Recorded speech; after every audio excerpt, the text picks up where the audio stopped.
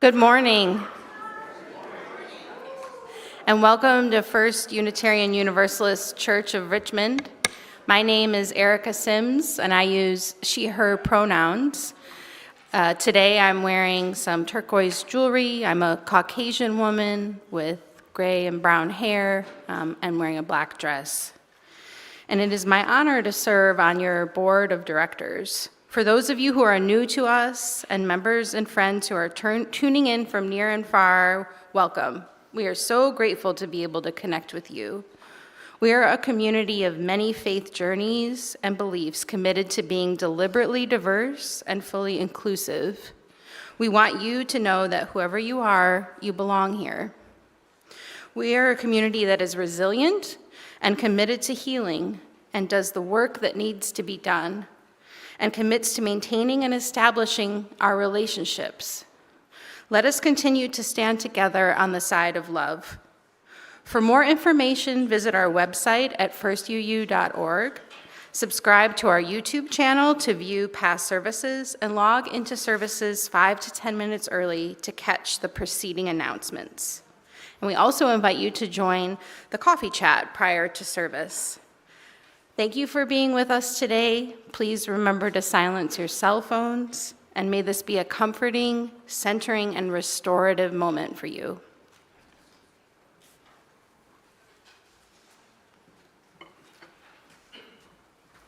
Good morning.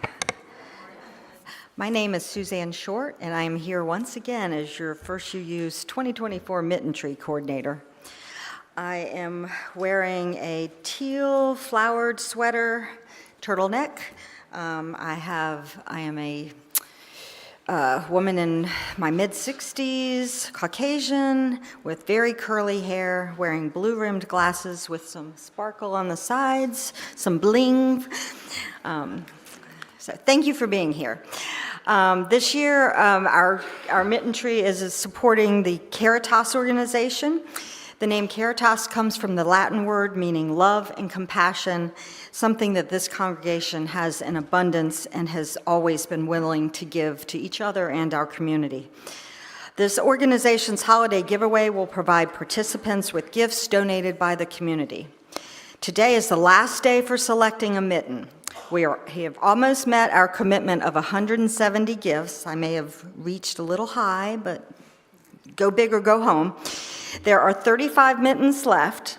If you are unable to be with us in person, or you just don't have the time to shop and would like to support the Mitten Tree, we will take cash donations at the table. You can also donate online through the church's website donation page. It will be under the general fund. You just have to put in the comments that it's for the 2024 Mitten Tree, and I will be glad to do the shopping for you. I have become very savvy at Kohl's with coupons and Kohl's Cash that have probably, I think I made $90 in Kohl's Cash the other day and plan to go spend it tomorrow on mittens.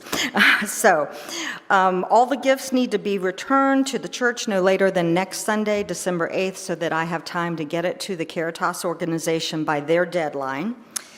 If there is a Brian Knight here, or anybody knows a Brian Knight through the church, could you please reach out to me or Margaret?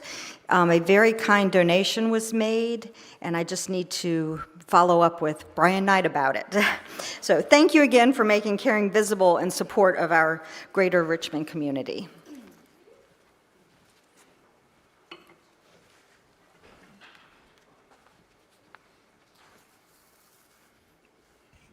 Good morning. I am the Reverend Sherman Z. Logan Jr., and I have the honor and privilege to serve in this wonderful congregation as the senior minister. It's so good to see all your fine, smiling faces this morning on this cold December morning, but at least the heat is working today. Now, next week, it may be a different story. I am a tall, black man, brown complexion, bald head, tortoise-rimmed glasses, white beard. I'm wearing a gray suit with this beautiful multicolored, multi-pattern stole and a blue and gray necktie. and I use he, his, him pronouns. We have with us this morning music and worship director, Jamie Kilpatrick. And we have our singers with us this morning.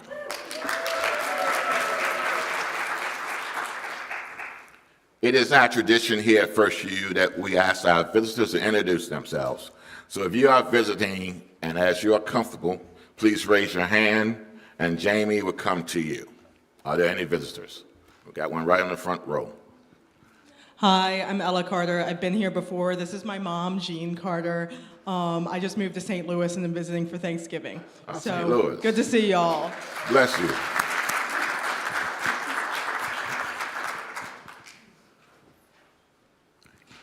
Hi, my name is Garrett. I've been here for a few weeks. This is my brother Connor visiting from Utah and his wife Jess. Welcome.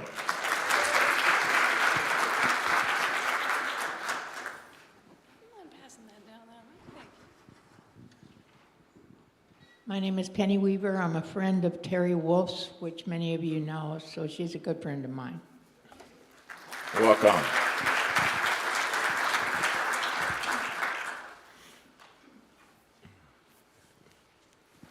Good morning, guys. Good morning, back row people. Hi, I'm Jessica O'Brien. I'm a member of Williamsburg Unitarian Universalist, but I've moved to Richmond. Welcome. And welcome to Richmond, Jessica. Okay. Thank you, Jamie. We're so glad to see you all this morning. Now please rise in body or in spirit and greet the neighbors and welcome our visitors. Hey. Hey.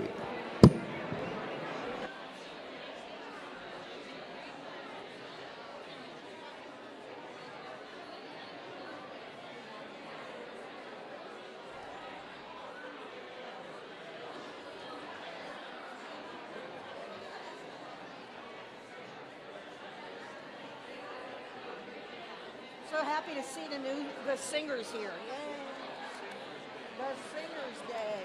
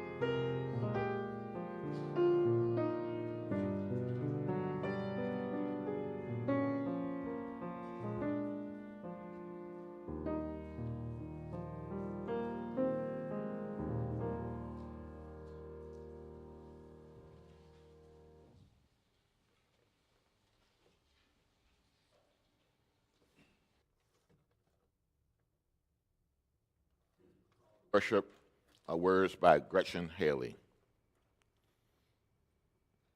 What's going to happen? Will everything be okay? What can I do? In these days, we find ourselves too often stuck with these questions on repeat. What's going to happen? Will everything be okay? What can I do? We grasp the signs or markers, articles of news and analysis, Facebook memes, and forwarded emails as if the new zodiac, capable of forecasting all that life may yet bring our way, as if we could prepare. As if life had ever made promises of making sense or turning out the way we thought.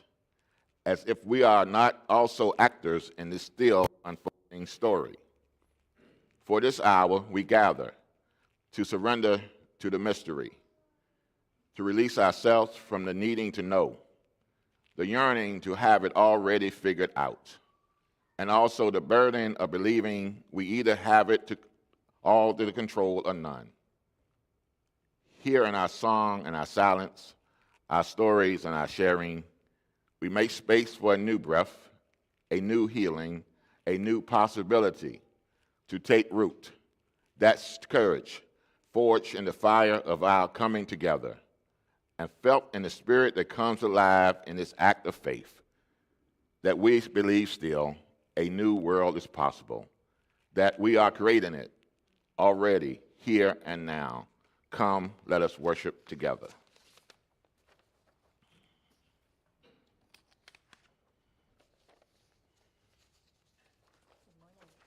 Good morning. My name is Alex Kucha, and I am a white woman in her 40s with pale skin, brown hair, green eyes, and I'm wearing black jeans and a tan shirt today. And our chalice lighting reading is called Suspended Between by Linda Barnes. Suspended between all that was and all that might be, we struggle to find this very moment, to live this very moment. Let us sit together for a moment and savor this moment. Let us relish this between time where past meets future. Let us harbor a faith that reminds us that right now, right here, is enough. Then please rise in body or spirit, and let us sing our opening hymn, Gather the Spirit.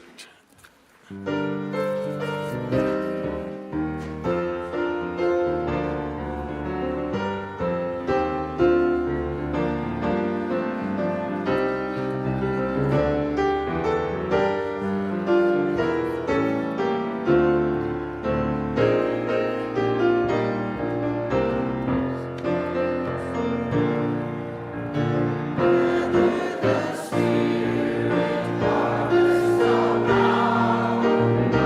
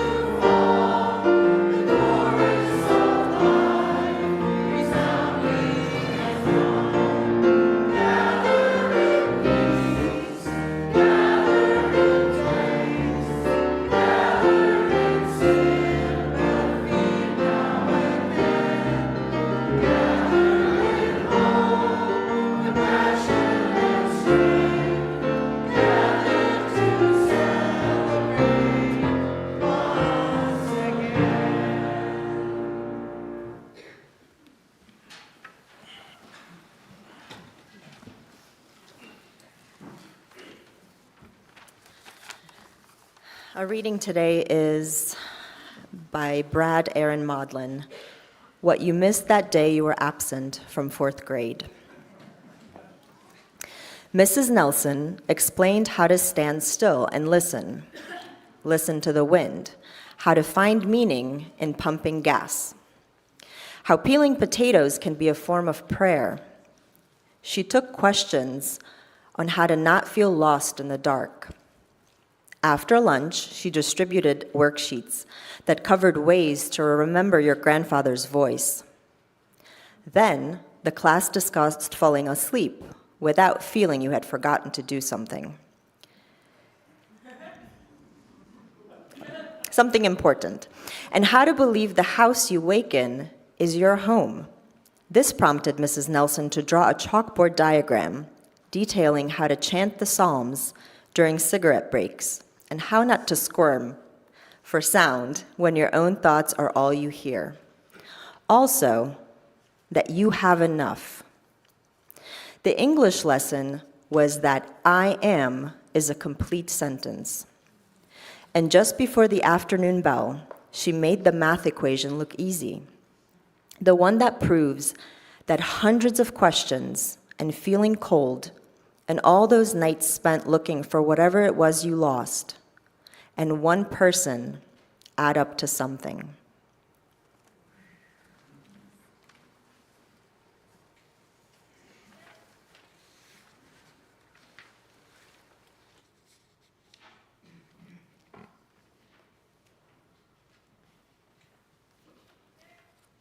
This morning, we invite you to support the Minister Discretionary Fund. This fund allows your ministers to respond swiftly and confidentially to those in need. This fund has been a lifeline for members and in our congregation and the wider community, providing emergency assistance with grocery, rent, and utilities during times of unexpected crisis. It is a tangible expression of our shared covenant to care for one another and our neighbors. Through your generosity, we can ensure that no one in our midst face their struggles alone. And this love is made real, and every contribution, big or small, makes a difference. And as you consider your gift today, remember giving to this fund is an act of faith and a vote for hope and a way to affirm that we all are in this together. So thank you for being a part of this sacred work, and let us give with open hearts and open hands. You can give now as the ushers are passing the baskets, or you can look to the monitors for ways to give. An offering will be taken and most graciously received.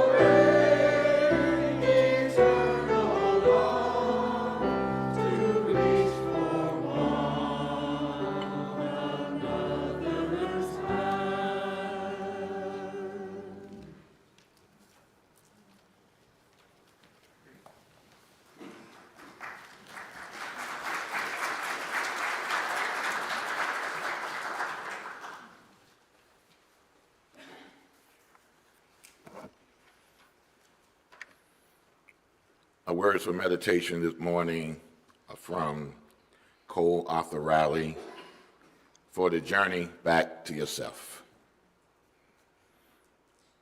We are shapeshifters, drifting in and out of our counterfeit selves, depending on whom we are in proximity to. There are days when who we are feels so imprecise, so transient, that we wonder if anything of us is real at all. Turn us towards the parts of us that are true and reveal the parts that are more masked than flesh. Keep us from demonizing our false self, but let us turn to them in curiosity and compassion, knowing that every mask is born of a wound. Travel with us into memories of all that have formed us, those secret places in ourselves where we have hesitated to go. And on the journey, may we listen for the sound of our own name. May we speak it with the conviction of ones who knows it by heart.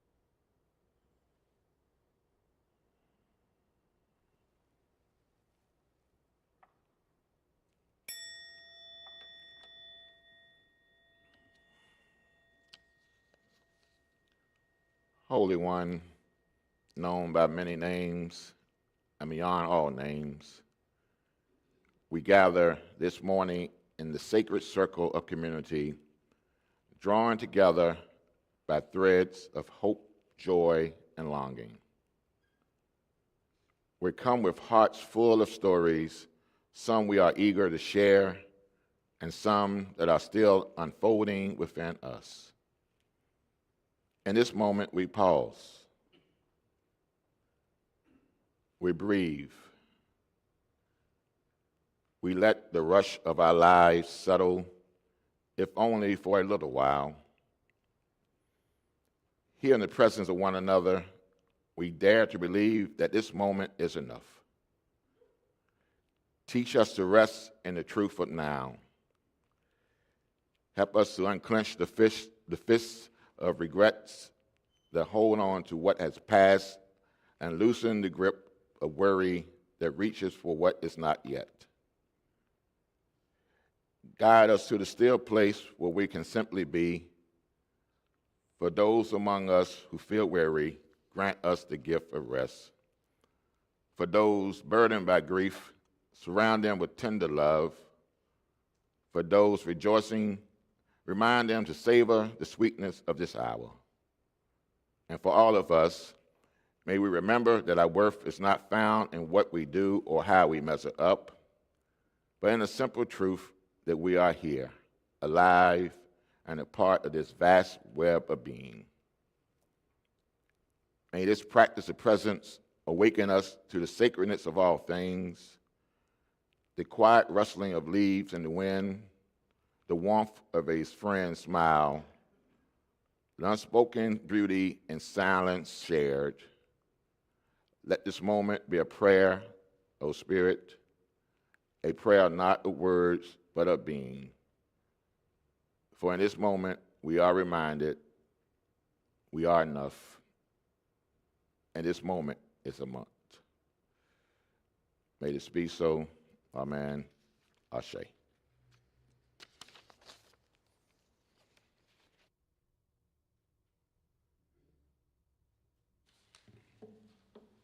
Good morning, everyone. We're going to learn a new song this morning. Yay! We're going to start out with good old just copy me. And stay on slide 1 for like a hot minute. Okay. All right, so.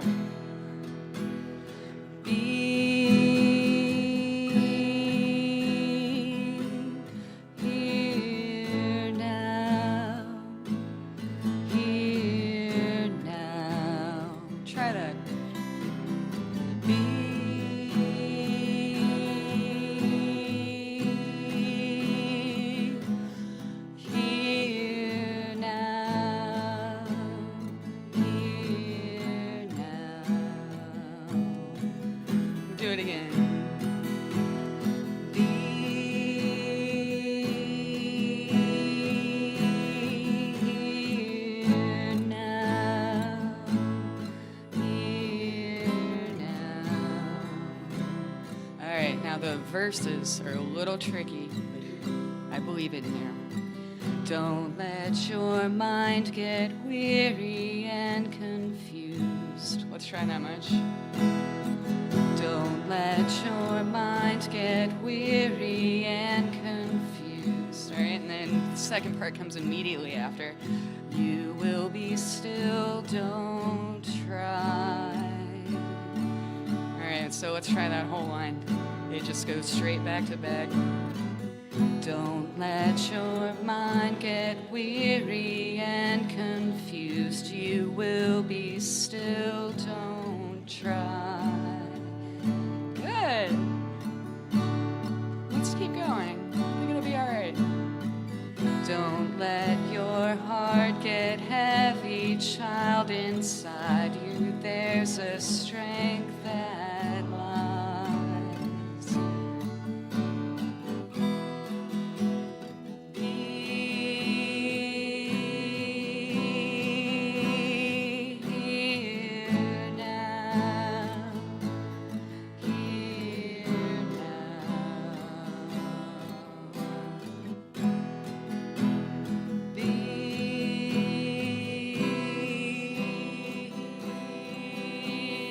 Here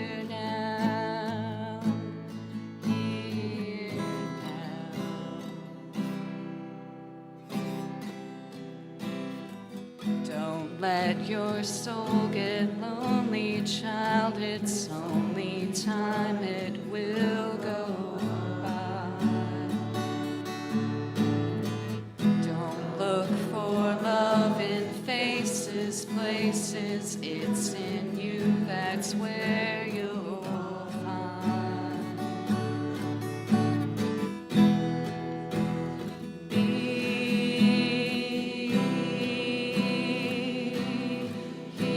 here now, here now.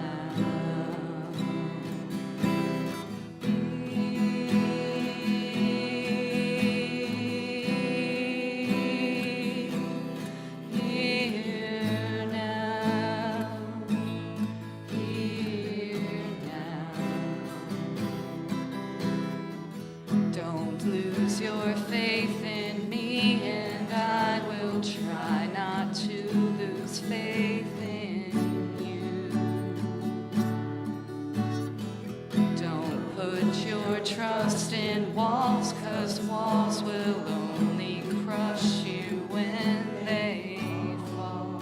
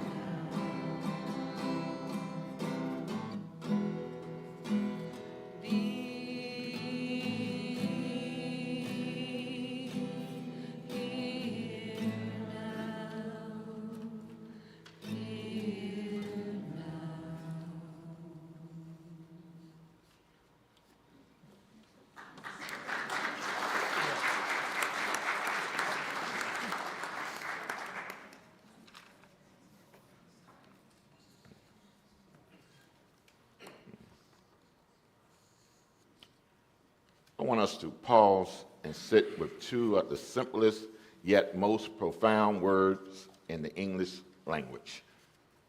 I am. 2 words, just 3 letters, yet carry the weight of the world. For centuries, philosophers, theologians, and poets have grappled with the meaning of these words. And this morning, I want to tell you that I am is not just a phrase. It is a complete sentence. It needs no add-ons, no qualifiers, and no disclaimers. But let me tell you something about the world we live in. From the moment we are born, voices of society whispers, sometimes shout that we must do more, be more, and prove ourselves worthy of love, belonging, and respect. And these voices come from all directions: family expectation, workplace demand, cultural standards, our faith communities, and even the deep insecurity that resides within us. And you know, the belief that we are not enough stems from a culture emphasizing external validation over our internal worth. And from a young age, we are taught to seek approval through good grades, athletic achievements, or adhering to societal norms. And we compare our achievements, our appearances, our relationships, and our lives to those around us. This condition creates patterns of constant striving, leaving us feeling inadequate when we inevitably fall short of perfection. It is a constant battle, but we can win it. And I want to remind all of us here today, we need to challenge those voices that constantly remind us that we are not enough. So I wish to invite you to rest in the radical affirmation that you are enough. You don't have to be someone to feel worthy. You don't have to earn your place in this world. Who you are right now at this moment is enough. Author and theologian Brené Brown speaks powerfully about this in her book, Daring Greatly. She said, and I quote, "We live in a culture of scarcity. We wake up in the morning and think, I didn't get enough sleep. We go to bed and think that at night, I didn't get enough done. What begins as a simple expression of the hurried life turned into the belief that we are not enough, not good enough, not smart enough, not successful enough." So, beloveds, have you ever felt that way? Have you looked at your reflection or accomplishments or thought, why can't I be more like them?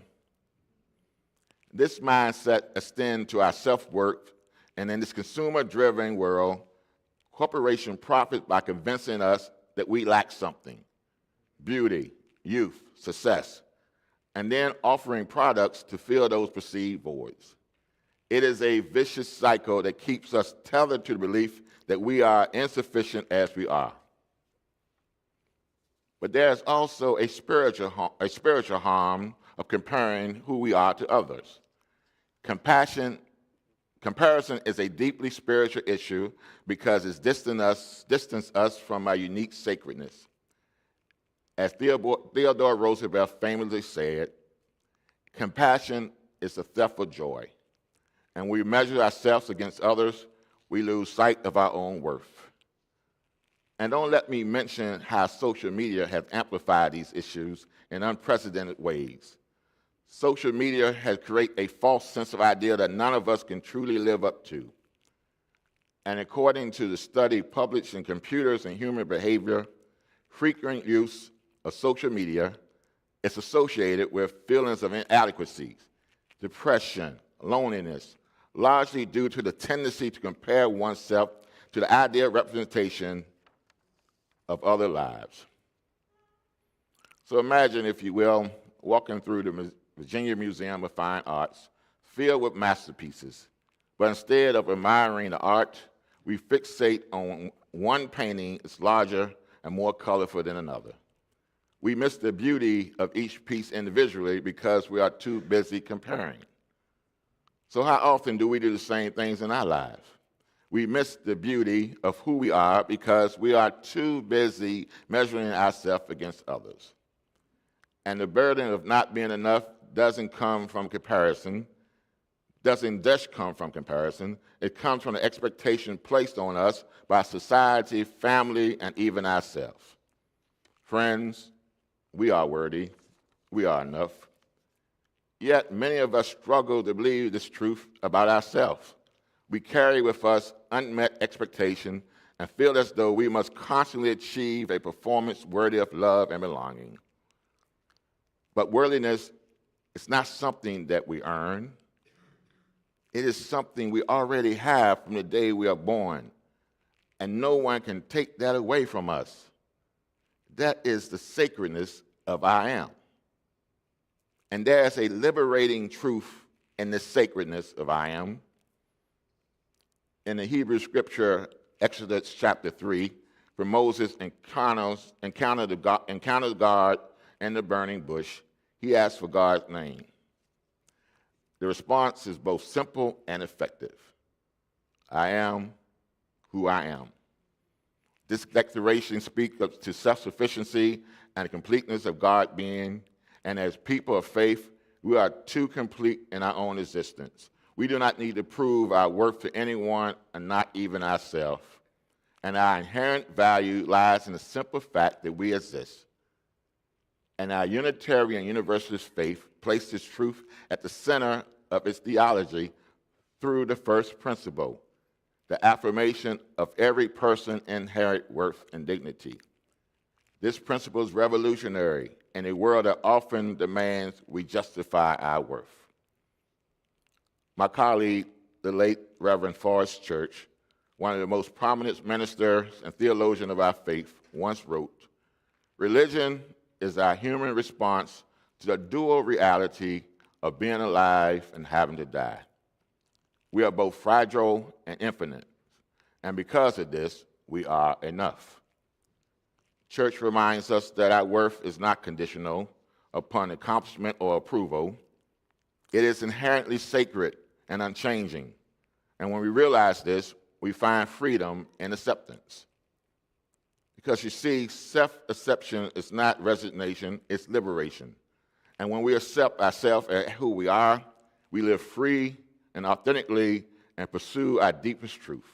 And this is the path to true freedom. Psychologist Carl Rogers reminds us the curious paradox is that I can change when I accept myself just as I am. And this paradox Rogers describes shows us growth begins not with judgment, but the radical acceptance. However, our culture often conditions us to reject this truth, teaching us to focus on self-improvement at the expense of self-compassion. Our acceptance is the foundation of transformation, and when we stop trying to be someone we are not, we create a space to grow into ourselves.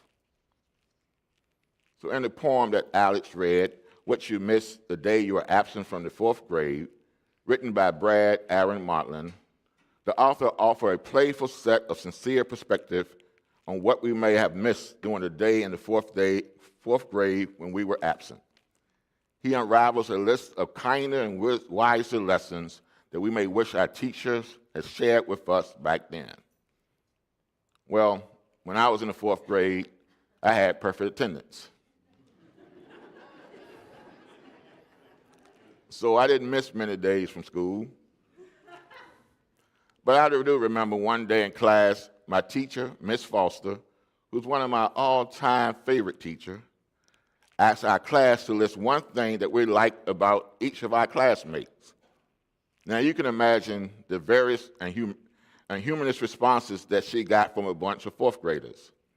And when Miss Foster collected our responses and read them aloud, we were surprised to hear the kind of words that others had written about us. I was shocked when one of the girls in my class thought how smart and cute I looked in my new glasses. Now, if you saw me in the fourth grade, I never saw that coming.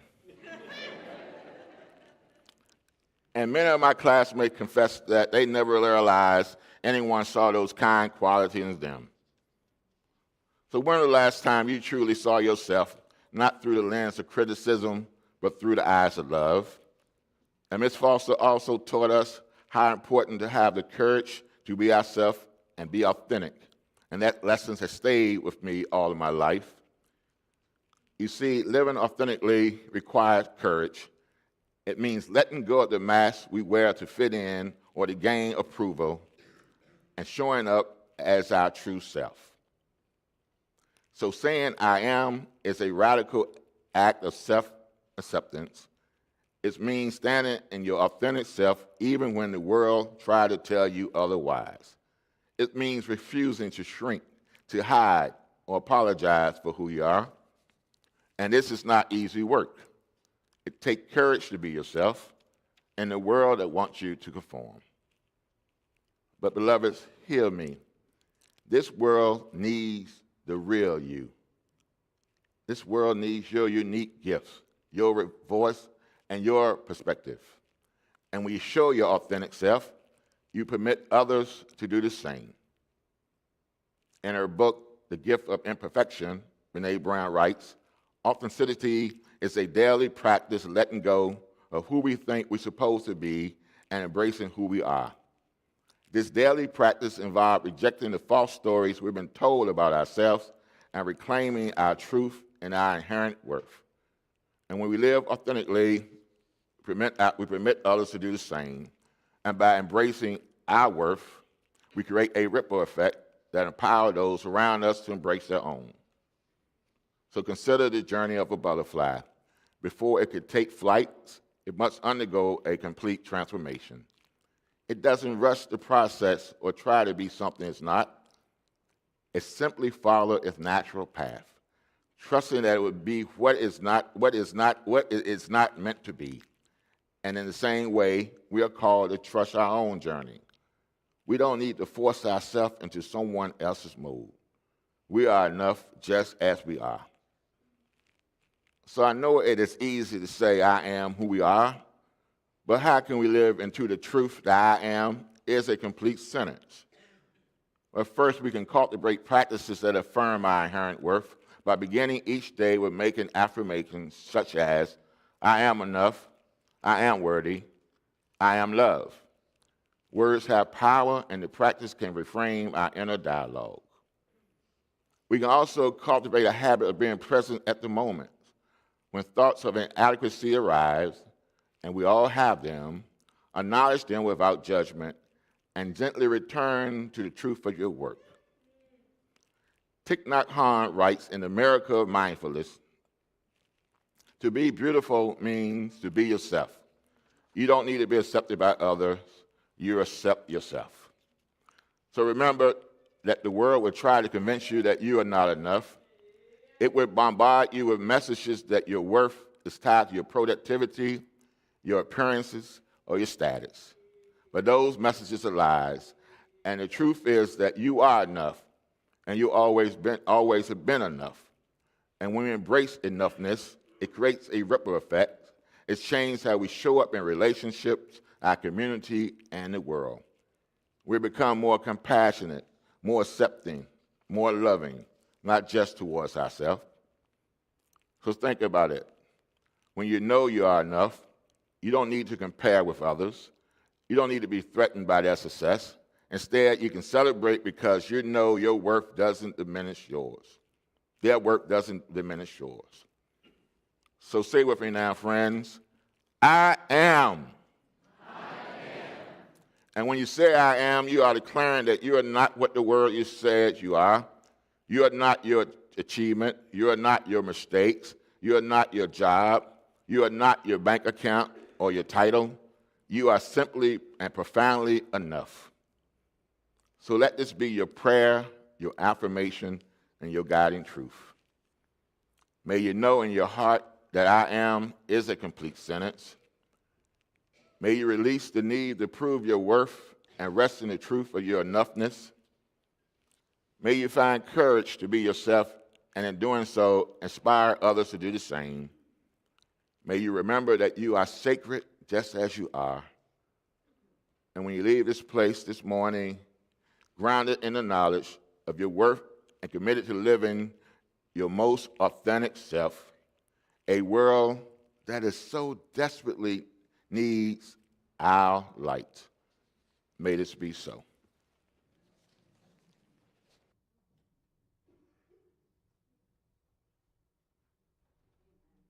Amen to that.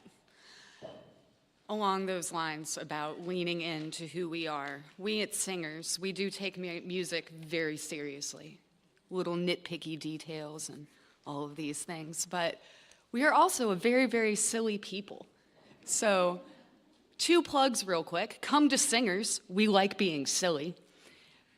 2, it's December 1st, which officially marks holiday season, and now I get to do Christmas music, so what's up? Point 3, there's a carol sing-along on Thursday the 19th. Do come. And now, Singers and I are going to get a little bit silly. Please enjoy.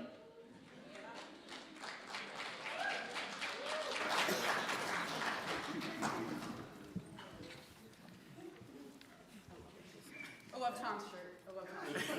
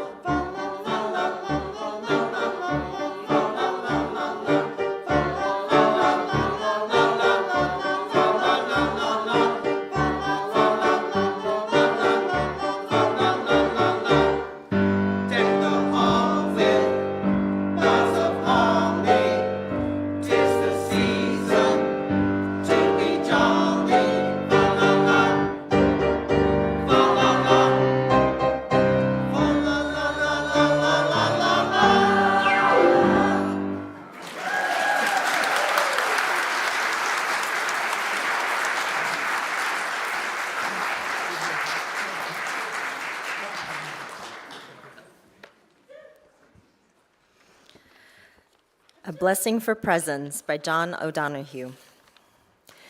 May you awaken to the mystery of being here and enter the quiet immensity of your own presence. May you have joy and peace in the temple of your senses. May you respond to the call of your gift and find the courage to follow its path. May the warmth of your heart keep your presence aflame and anxiety never linger about you. May your outer dignity mirror an inner dignity of soul. May you take time to celebrate the quiet miracles that seek no attention. May you experience each day as a sacred gift, woven around the heart of wonder.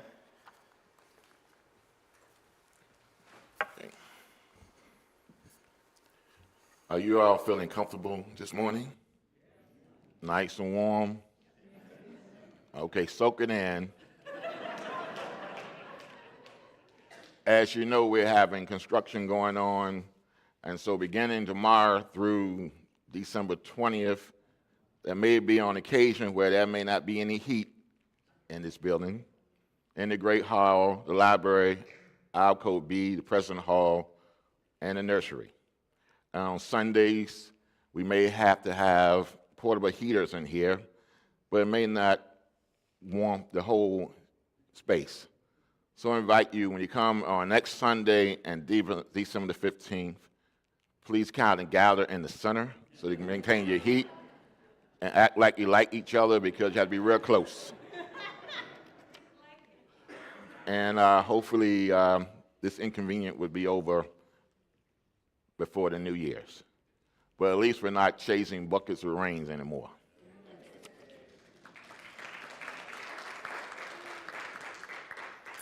So please rise as I give the benediction.